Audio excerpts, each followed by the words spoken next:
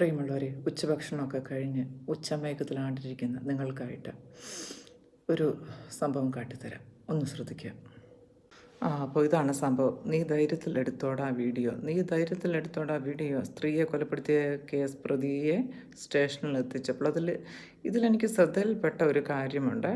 അതായത് ഇതിൻ്റെ background score, ഇദ്ദേഹത്തിനെ സ്റ്റേഷനിലേക്ക് കൊണ്ടുപോവുകയാണ്. അപ്പോൾ അതിനിടയിലുള്ള ബാക്ക്ഗ്രൗണ്ട് സ്കോറാണ് കേൾക്കേണ്ടത് തന്നെയാണ്. ഒന്ന് ശ്രദ്ധിക്കുക ഒരു നിമിഷം. അപ്പോൾ BGM ഒന്ന് ശ്രദ്ധിച്ച് കേട്ടോളുക.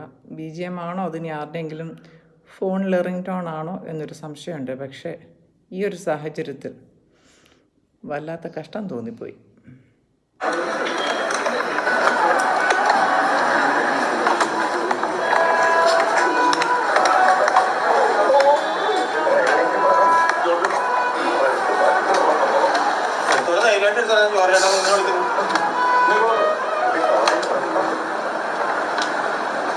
പ്രിയമുള്ളവരെ, ഇങ്ങനെ ഒരു സാഹചര്യത്തിൽ അങ്ങനെ ഒരു ടോൺ കേട്ട് കഴിഞ്ഞപ്പോൾ എന്തോ ഒരു ബുദ്ധിമുട്ട്.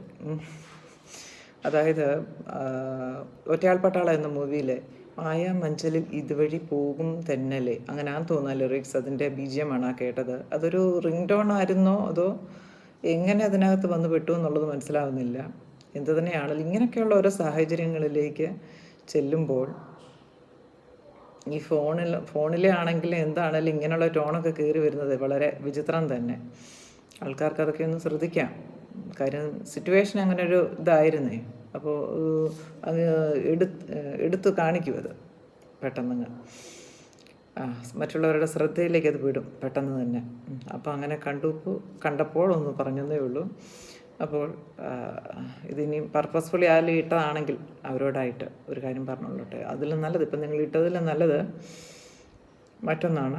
എൻ്റെ ഒരു സജഷൻ പറഞ്ഞു തരാം. അതായത് ലാലേട്ടൻ്റെ ഒരു പടം ഉണ്ടല്ലോ, ചോട്ടാ മുംബൈ. അതിൽ യാഹൂ ചിട്ടിക്കുളങ്ങര ഭരണി നാളിൽ, അതായിരിക്കും ഒന്നും കൂടെ നല്ലത്. കുറച്ചും കൂടെ ഒരു ഇത് വന്നേൻ. ഇത് പർപ്പസ്ഫുള്ളി ഇട്ടതാണെങ്കിൽ